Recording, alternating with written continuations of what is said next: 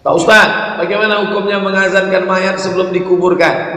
Sebab dosen saya mengatakan itu haram, sedangkan di kampung saya itu dilakukan.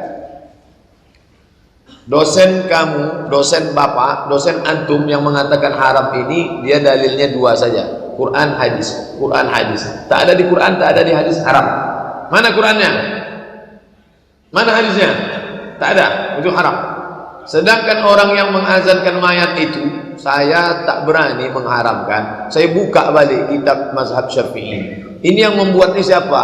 Mazhab Syafi'i. Apa kitabnya? Buka kitab-kitab klasik, saya jumpai, kata dia dalilnya qiyas. Quran, hadis, ijma', qiyas. Apa qiyasnya? Kalau lahirnya diazankan, maka matinya diazankan. Itu dalil mereka qiyas.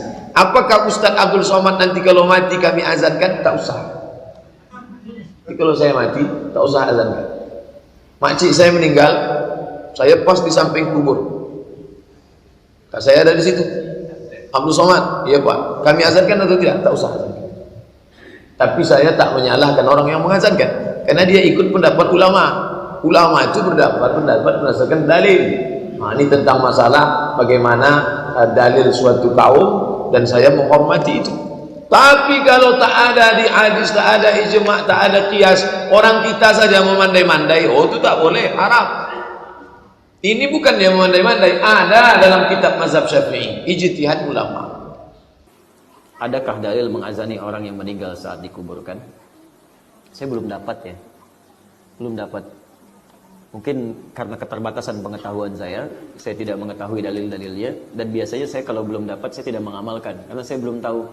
Di teman-teman yang tahu, tolong tunjukkan kepada saya supaya nanti saya bisa teliti. Kalau benar, insya Allah saya sampaikan dan mungkin saya amalkan. Kalau kemudian tidak ada dalilnya, maka saran saya lebih baik meninggalkannya daripada mengerjakan sesuatu yang tidak ada tuntunannya. Itu saran saya. Kalau dalil untuk mengazani saat dilahirkan itu masih ada, walaupun ulama beda pendapat, tapi ada dalilnya. Ya, ada dalilnya. Sampai beberapa imam, termasuk misalnya kita tunjukkan ada Imam An-Nawawi, termasuk Ibnu Qayyim Al-Jauziyah, beliau termasuk yang menguatkan pendapat itu. Jadi Nabi SAW pernah mengazani Al-Hasan dan Al-Husain saat dilahirkan. Dan itu masih normal, masih logis. Apa di antara logisnya? Karena fungsi adzan itu bisa mengusir setan. Mengusir setan. Sedangkan sunnah Nabi ketika bayi itu dilahirkan, maka didoakan di antara doanya menjauhkan dia dari setan. Allahumma inni a'udzubika bikalimatika tammah min kulli syaitanin wa hammah. Kan? Min kulli syaitanin wa hammah wa lammatin wa hammah. Ya Allah, saya berlindung kepadamu ya Allah dari keburukan yang menimpa anak saya ini, dan dari godaan setan, dan dari segala keburukan-keburukan, dari hal yang buruk yang menimpanya dalam kehidupan. Dijauhkan dari setan, sedangkan fungsi adzan itu mengusir setan. Coba lihat di Abu Dawud nomor hadis 666.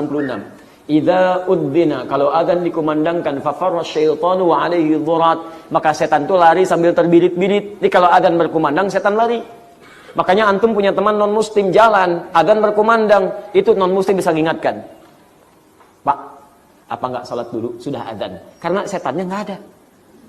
Fa idza tuwiba, kalau adzan selesai dikumandangkan, ada setan balik lagi menggoda orang lain. Makanya orang Islam bisa jawab, tenang, baru adzan, belum qomat. Setan balik lagi. Sama qomat juga begitu.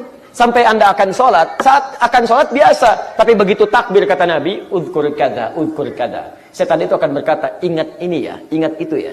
Nggak percaya, silahkan nanti saat zuhur. Begitu Anda takbir, di benak Anda akan muncul banyak hal yang akan diingat. Ingat ini, ingat ini.